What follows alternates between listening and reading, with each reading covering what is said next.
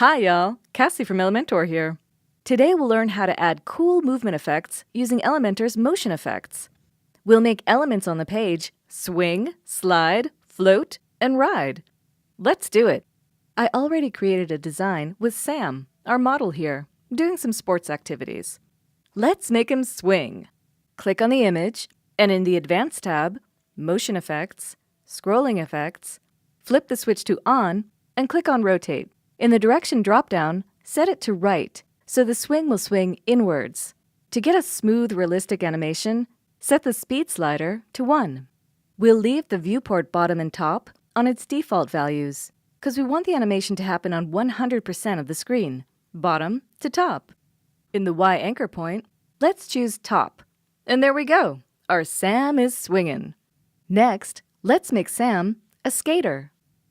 Click the image, in Advanced, Motion Effects, edit the horizontal scroll.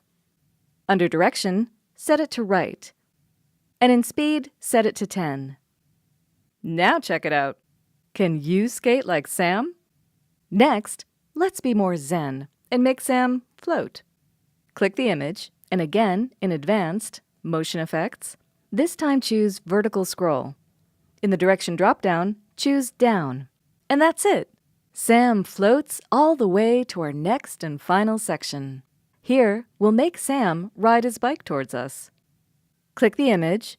In Advanced, Motion Effects, choose Vertical Scroll. In the viewport, set the animation between 0 and 40%. Now click the Scale and set the speed to 6. In the viewport, set the bottom to 20% and the top to 80%. That's it!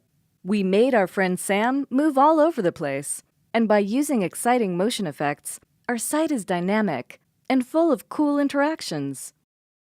Don't forget, subscribe to our YouTube channel for more videos and exciting tutorials. Catch you later!